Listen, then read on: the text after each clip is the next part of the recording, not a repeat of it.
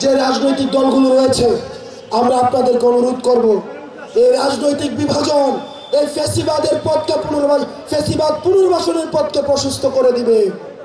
আপনার আমার রাজনৈতিক বিভাজন আপনার জন্য কল্যাণকর নয়, আমাদের জন্য কল্যাণকর নয়।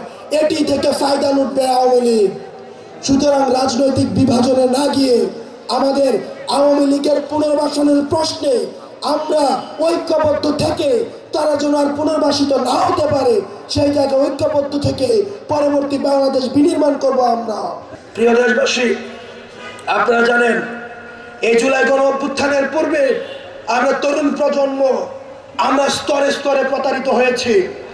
আমাদের মধ্যে বেকারত্ব ছিল, আমরা দেখি যে বিচার ব্যবস্থা কাজ করে নাই, আমরা দেখি পুলিশ কাজ করে নাই, প্রশাসন হচ্ছে এক ধরনের মাফিয়া তন্ত্র হয়েছে। প্রশাসনের মধ্যে মাফিয়া তন্ত্র ছিল, বিচার ব্যবস্থা গণভবন থেকে নিয়ন্ত্রিত হতো। আমরা এই তরুণ প্রজন্ম প্রশাসনিক সংস্কার চাই, আমরা এই বিচার ব্যবস্থার সংস্কার চাই, আমরা নির্বাচনের সংস্কার চাই। আমরা যদি নির্বাচন কমিশন, আপনারা দেখেছেন নির্বাচনের আগের রাত্রে ওসিকে কিভাবে কিনে ফেলা হয়, ইউনুকে কিভাবে কিনে ফেলা হয়, ডিআইজি রেঞ্জকে কিভাবে কিনে ফেলা হয়। আপনারা শুধু নির্বাচন কমিশনের সংস্কার দিয়ে আপনারা কি করবেন, আগের রাতে ওসি দাঁড়ায় থেকে হচ্ছে ভোট ডাকাতি করবে। সুতরাং পুলিশের সংস্কার প্রয়োজন, পুলিশকে গণমুখী হতে হবে।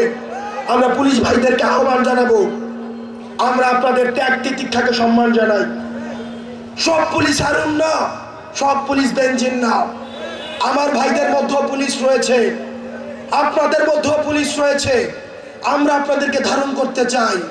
দয়া করে আপনাদেরকে অনুরোধ করব, হাসিনার পথকে আপনার অনুসরণ করার প্রয়োজন নাই, আপনারা ক্ষমতা কাঠামোকে অনুসরণ করার প্রয়োজন নাই। আপনারা যে শপথ নিয়ে মানুষের সেবা করতে এসছেন, আপনারা সেই সেবাটি করুন। আপনারা যদি মনে করেন কোন রাজনৈতিক দলের দালালি করবেন, তাহলে আরুনকে যেভাবে দেশ থেকে বানাতে হয়েছে, বেনজিরকে যেভাবে দেশ থেকে বানাতে হয়েছে, জনগণ যেভাবে ছুঁড়ে ফেলেছে, তাহলে কিন্তু আপনিও সেই কাতারে লিপিবদ্ধ হবেন। পুলিশ এবং জনতা আমরা ভাই ভাই। এই দেশটা যদি ধ্বংস হয়ে যায়, এই দেশটা যদি নষ্ট হয়ে যায়, আমাদেরকে ভোগ করতে হবে। সুতরাং এই দেশটাকে আমাদের ঐক্যবদ্ধভাবে রক্ষা করতে হবে। আওয়ামী লীগ নির্বাচনে আসবে কি আসবে না, আওয়ামী লীগ পলিটিক্যালি ফাংশন করবে কি করবে না, এই আলাপ আলোচনা অনেক পরে।